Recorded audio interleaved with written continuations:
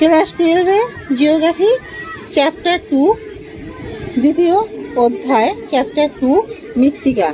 তোমরা সবাই মন দিয়ে শোনো আর লেখো। সবাই লাইক অ্যান্ড সাবস্ক্রাইবটা দিয়ে দাও। চুনাপাথর থেকে উদ্ভূত লাল রঙের মাটিকে বলে টেরাবোসা। মৃত্তিকা গঠনের একটি প্রধান নিয়ন্ত্রক হলো জলবায়ু। প্রশমিত মাটির পিএইচ এর মান কত? 7। চার নদীর মৃত্তিকার সৃষ্টি হয় কোন প্রক্রিয়ার দ্বারা? কার্বনেশন। ইলুভিয়েশন প্রক্রিয়া মৃত্তিকার কোন স্তরে সংগঠিত হয়? বি স্তরে। মৃত্তিকা সৃষ্টির একটি নিষ্ক্রিয় নিয়ন্ত্রক হলো ভূপ্রকৃতি। সোলোনেস মৃত্তিকাকে বলে আন্ত আঞ্চলিক মৃত্তিকা। মৃত্তিকা পরিরেখের এ স্তর থেকে বি স্তরে পদার্থের অপসারণের পদ্ধতিকে বলে ইলুভিয়েশন। স্পোডোসল মৃত্তিকার একটি উদাহরণ হলো পরশল। শারীরবৃত্তীয় শুষ্ক মৃত্তিকায় যে উদ্ভিদ জন্মায় তা হলো হ্যালোফাইট। চূর্ণ লবণের পরিমাণের আধিক্যে গড়ে ওঠা মৃত্তিকা হলো পেডোক্যাল। অধিক উষ্ণ অঞ্চলে কাঁচা সবজিতে জৈব পদার্থের পরিমাণ কম হয়, ফলে মাটিতে হ্রাস পেতে থাকে নাইট্রোজেন। সর্বাধিক হিউমাস দেখা যায় চার নদীর মৃত্তিকায়। উত্তর পূর্ব ভারতে মৃত্তিকা ক্ষয়ের প্রধান কারণ হলো জুম চাষ। সোলানচাক মাটি সৃষ্টির প্রক্রিয়া হলো স্যালিনাইজেশন। নাতিশীতোষ্ণ তৃণভূমি অঞ্চলের মৃত্তিকা হলো মলিসল।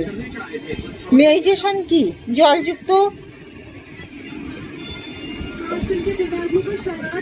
জলযুক্ত নিম্নভূমি বা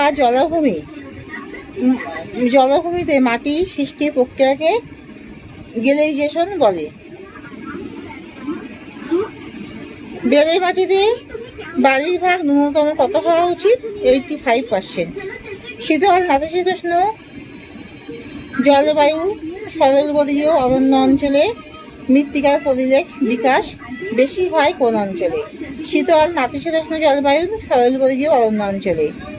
মৃত্তিকা ক্ষয়ের মনুষ্য সৃষ্ট কারণগুলি হলো বৃক্ষছেদন, অনিয়ন্ত্রিত পশুচারণ, জুম চাষ, অবৈজ্ঞানিক কৃষিকাজ।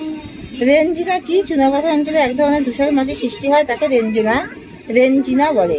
ক্যালসিয়াম কার্বনেট সমৃদ্ধ মৃত্তিকা কি নামে পরিচিত? পেডোক্যাল নামে পরিচিত। ভাট্টিসল বর্গের মাটির একটি উদাহরণ দাও। ভারতের কৃষ্ণ মৃত্তিকা। শিরোজের মৃত্তিকা প্রধানত কোথায় সৃষ্টি হয়? মরু ও মরুপ্রায় অঞ্চলে।